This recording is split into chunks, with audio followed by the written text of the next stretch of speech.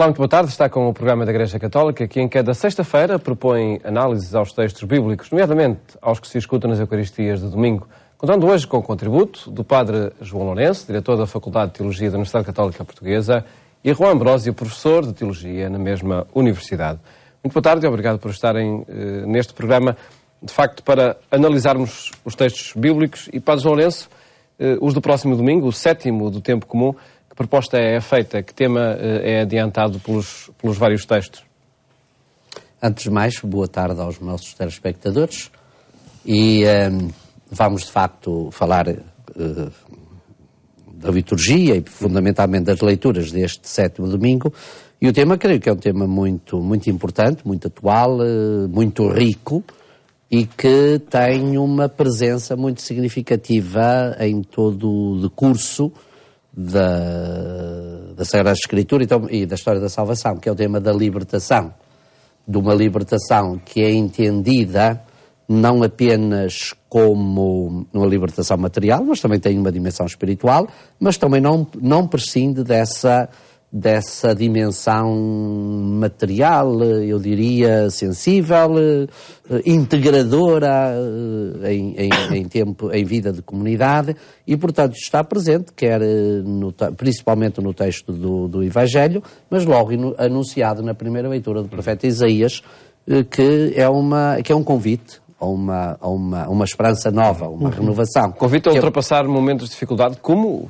os que vivemos. É um convite a ultrapassar momentos de dificuldade como aqueles que vivemos hoje. E eu acho que a fé também tem esta dimensão de introduzir dinamismos de esperança e introduzir dinamismos de comunhão e de solidariedade. Isso também são contributos significativos para uma libertação que pode, naturalmente, no contexto atual, tornar-se ainda mais, torna-se por um lado mais urgente, mais necessária, mas também, por outro lado, mais significativa. E já veremos como isso acontece a partir de cada um dos textos, as três leituras que se escutam nas Eucaristias. Estas dinâmicas que são aqui a falar de libertação são, de facto, fundamentais, porque estes três textos o que nos mostram com clareza, e penso que é, de facto, muito importante, é que é possível começar de novo.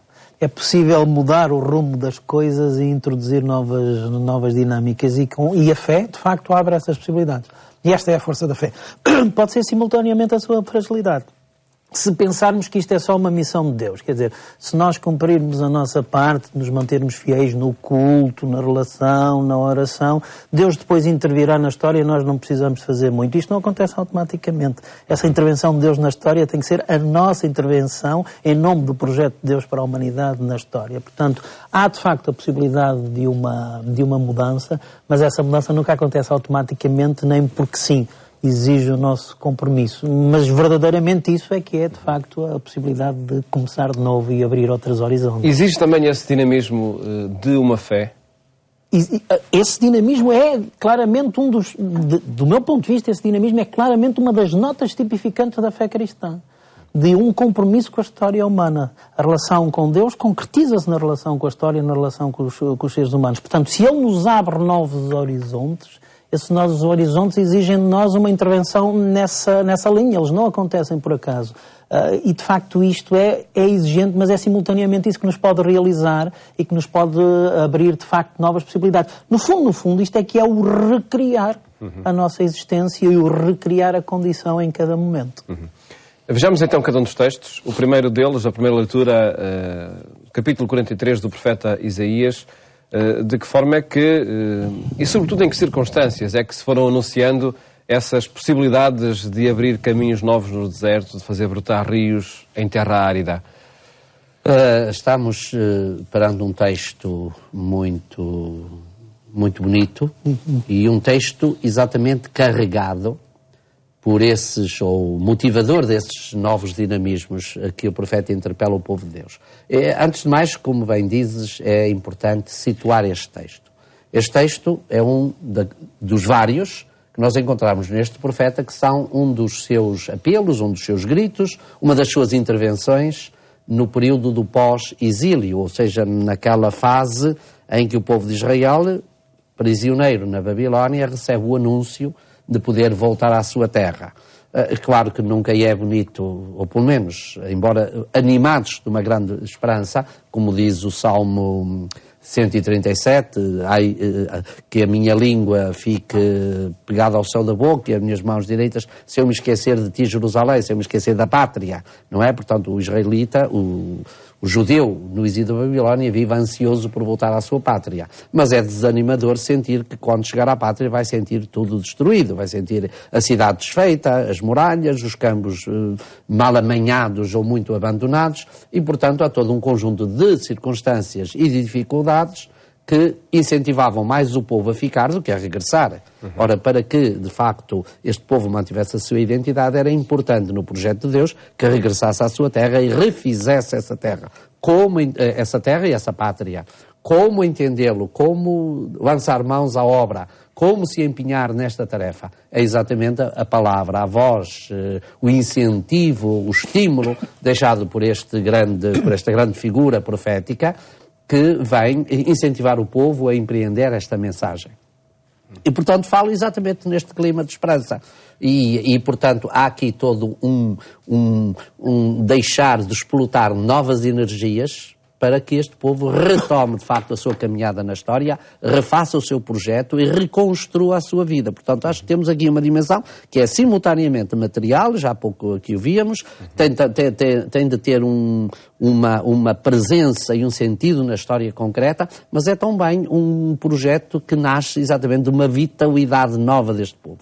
É uma vida nova que se dá a este povo para que ele leve a cabo, para que ele concretize exatamente esta missão que lhe é confiada. E nesse sentido, eu acho que este texto é bonito, é um texto que depois pode ser completado, os nossos ouvintes, os nossos telespectadores, os nossos crentes poderão procurar completar este texto no enquadramento, não é? Porque às vezes estes textos... Lê-lo de forma continuada, não é? Lê-lo mais de forma continuada, integral no contexto, ver como a riqueza deste profeta, enquanto que, por um lado, incentiva o povo a repreender, a retomar a sua caminhada na história, e, por outro lado, ajuda-o a superar a tentação permanente, que era aquela de ficarem acomodados ao clima de Babilónia, que era um clima naturalmente, em termos sociais e em termos de identidade religiosa, completamente estranho ao judaísmo. E acho que isto mostra exatamente o para que é que serve, há pouco dizia aqui o Juan, e é verdade, para que é que serve a fé. Serve exatamente para impulsionar,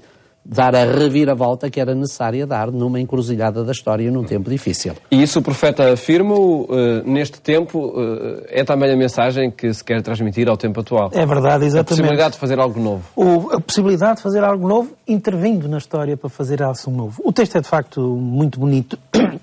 E ele começa logo por dizer: não torneis a recordar os factos de outrora, nem volteis a pensar nas coisas do passado. Olhai, vou fazer algo de novo. Só este início daria aqui muito pano para mangas. Ele é verdadeiramente interessante, ainda que possa ser passível de leituras que não é verdadeiramente, no meu entender, e naquilo que o Padre João também disse, a intenção, digamos assim, do texto. Porque podemos dizer, vamos ignorar o passado, o que a gente fez para trás não tem consequências nenhumas, não vale a pena. Não. O que nós fizemos tem consequências e essas consequências não podem ser ignoradas, não podem ser postas de lado. O que o texto nos diz é que não nos vamos deixar ficar imobilizados por esse passado, amarrados por esse passado, como se a aridez e o deserto fossem uma inevitabilidade. Não há alternativa, estamos perdidos. Não, é nesse sentido que o texto diz para nos libertarmos do passado. Não, é possível, assumindo o passado, é possível introduzir novas dinâmicas e fazer algo de novo. Agora, sem ignorar esse passado, sem nos desresponsabilizarmos por esse passado. E o que nós vemos, e vamos ver isso ao longo da história da salvação, é que Deus assume Ele próprio este passado do ser humano, faz história, mete-se no meio da história e abre novos horizontes a essa história. Agora, não é em vez do ser humano, não. Com o ser humano metido nessa história, ajuda-o a caminhar nesta linha de eis que vou fazer algo de novo. E, de facto, isto é o interessante. É como a fé pode abrir novos horizontes, novas possibilidades. Interessará, se calhar, enfim, incluir essa certeza no conjunto dos acontecimentos destes dias. Completamente. E nos horizontes muitas vezes limitados, ou com muitos obstáculos, pelo menos, que muitos cidadãos podem ter diante Completamente. de si.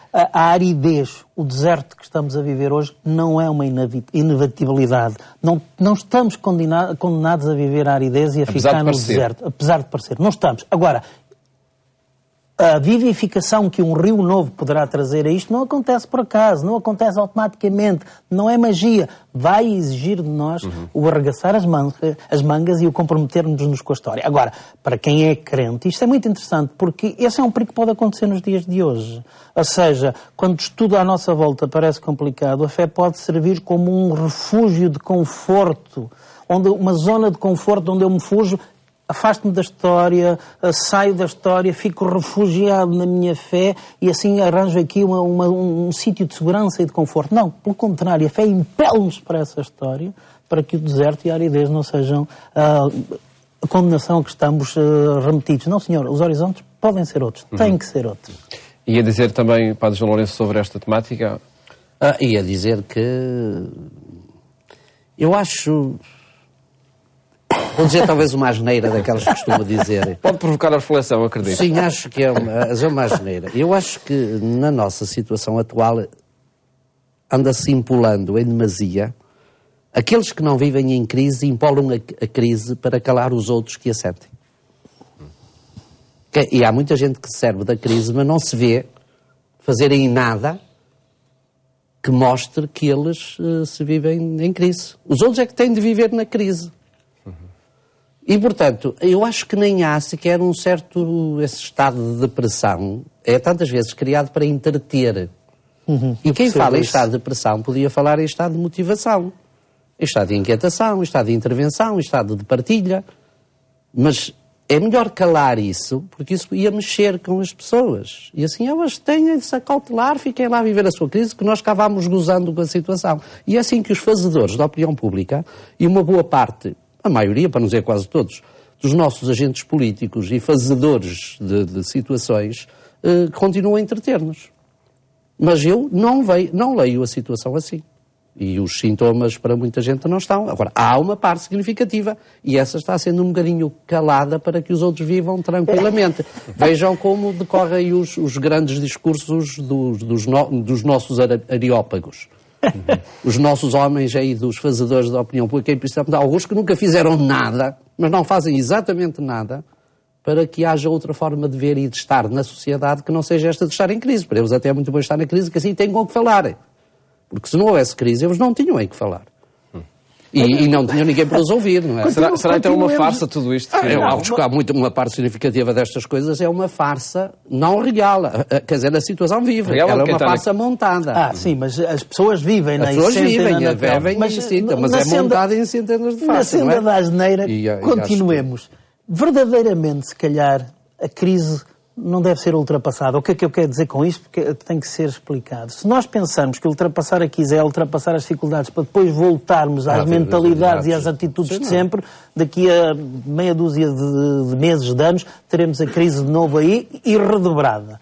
Verdadeiramente temos que entender esta crise no verdadeiro sentido dessa palavra, que é esta tensão que nos obriga a recriar as coisas, mudando de atitudes, mudando de mentalidade, e isso sim permite um novo horizonte, sim, um novo futuro. O que é que significa a palavra crise? Exatamente é isso. A palavra crise significa peneirar o que não vale nada para apurar o que vale alguma coisa. E esse é o momento, este é o momento. Portanto, ora, o que nós temos a dizer é que continuam a fazer mais do mesmo, ou então mais do pior, não do mesmo, e assistimos a estes espetáculos deploráveis em que, em vez de as pessoas serem convidadas a envolverem-se, a dinamizarem-se, a estimularem-se, são convidadas a entreterem-se. Um entretenimento leva a algum lugar. O entretenimento não leva. Eu acho muito engraçado como se instalou na nossa sociedade moderna, eu digo isto muitas vezes, e muita gente que provavelmente, ou algumas pessoas que me estarão a ouvir já o ouviram. Nós criamos na sociedade moderna verbos e palavras, que eu diria, os autênticos palavrões de hoje, são estes, por exemplo, curtir o tempo, curtir a situação. Quer dizer, isto é de uma brejeiriça toda à prova. As pessoas não têm que curtir o tempo, as pessoas têm de dinamizar e é aí que descobrem o sentido de viver. E a arte da vida descobre-se a partir de descobrir o sentido de viver. Não é ignorando a realidade. Não é dando-lhes rebuçados. Até porque rebuçados depois trazem diabetes, não é? Portanto, não é dando rebuçados às pessoas. É exatamente estimulando-as, incentivando-as, estimulando à partilha, à comunhão, à solidariedade, etc. Ora, é isto que nós não ouvimos nos que se têm os discursos cheios de crise. Não é nada disso que ouvimos. Até porque nada para isso eles conseguem fazer, não é? Lá está. Pode não haver um tal discurso de autenticidade e de verdade, creio eu que é para isso que aponta a segunda leitura que nós escutamos neste domingo. O capítulo 1 na Carta de São Paulo aos Coríntios. Lá está, a atitude de Deus, a linguagem de Deus, que é sempre um sim. Eu diria que não é só questão da linguagem de Deus. O que São Paulo vai buscar, mais do que a linguagem de Deus, é o exemplo de Jesus Cristo. Porquê? Porque na comunidade de Coríntio, como na nossa sociedade, havia aqueles que diziam que sim, mas não. Aqueles que diziam que não, mas sim. Aqueles que estavam, mas não estavam. Aqueles que deviam se envolver, mas não se envolviam. Etc. E, portanto, Paulo vai exatamente partindo desta situação, que foi uma comunidade difícil para Paulo e foi uma comunidade também rica. Corinto, aliás, é uma cidade rica de cultura, como naturalmente todos sabemos, mas foi também uma comunidade rica de sentimentos e de vivências cristãs.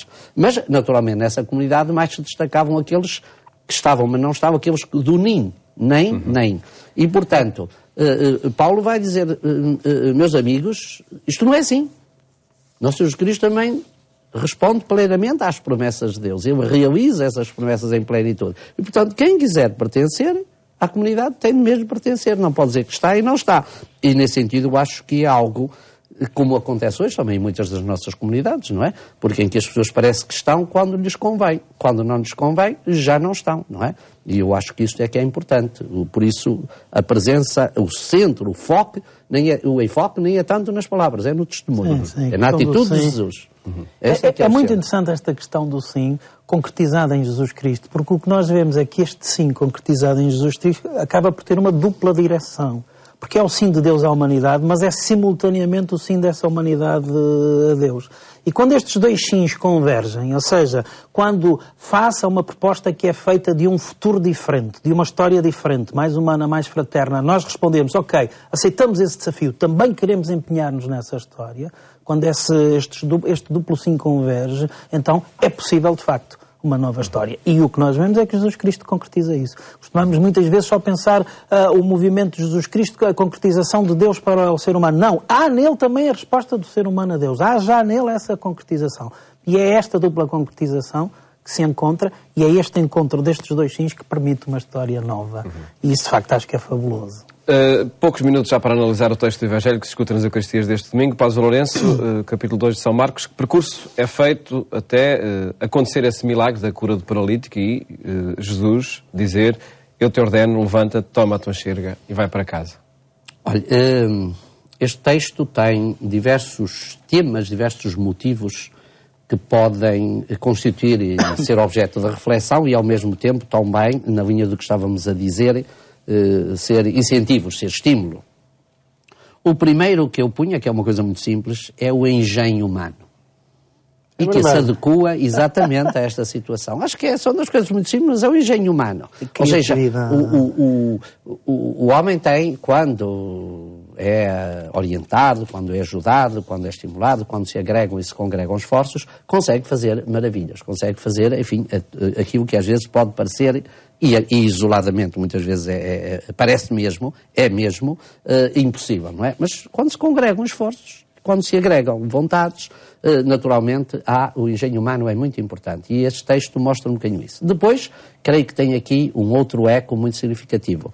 É que Jesus não é apenas um anunciador de doutrina.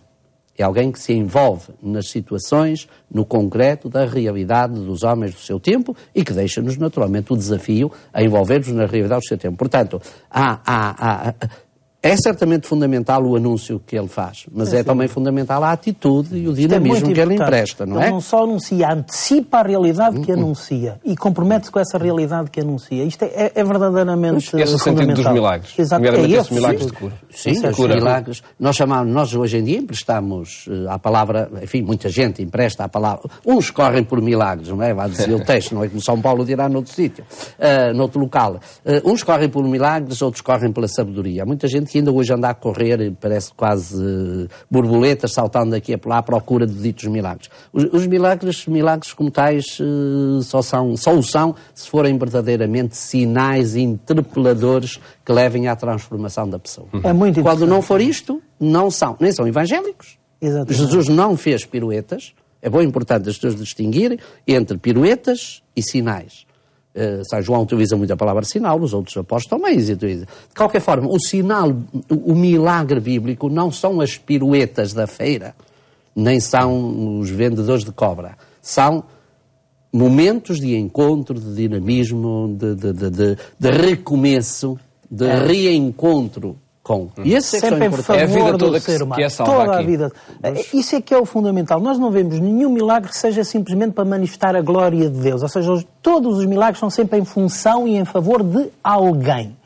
E o que nós muitas vezes ficamos muito agarrados aos porquês do milagre, aos como é que ele foi feito, e não vamos ao essencial, que é o porquê. Porquê é que Jesus faz o milagre? Porque quer libertar o ser humano.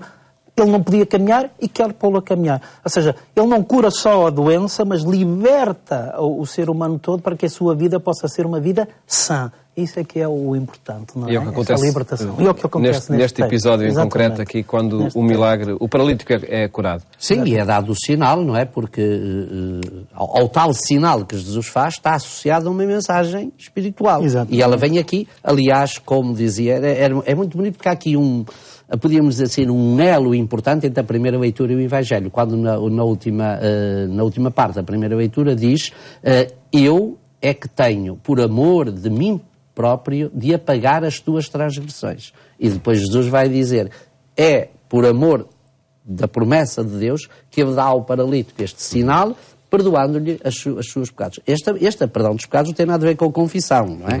Não corram a correr ao confessionário para ter um milagre. Este perdoar os pecados significa exatamente a expressão da misericórdia divina, que reintroduz e que reencaminha e que dá a este rejeitado, porque a doença era também uma rejeição, dá a este rejeitado uma nova oportunidade de ele se inserir numa vivência comunitária. Isso é muito importante. Levanta-te e anda. Agradeço por terem estado aqui neste programa, onde quisemos apresentar os desafios sugeridos pelos textos da Bíblia que se escutam nas Eucaristias deste domingo. Desejo-lhe um bom fim de semana e até a próxima segunda-feira, se Deus quiser.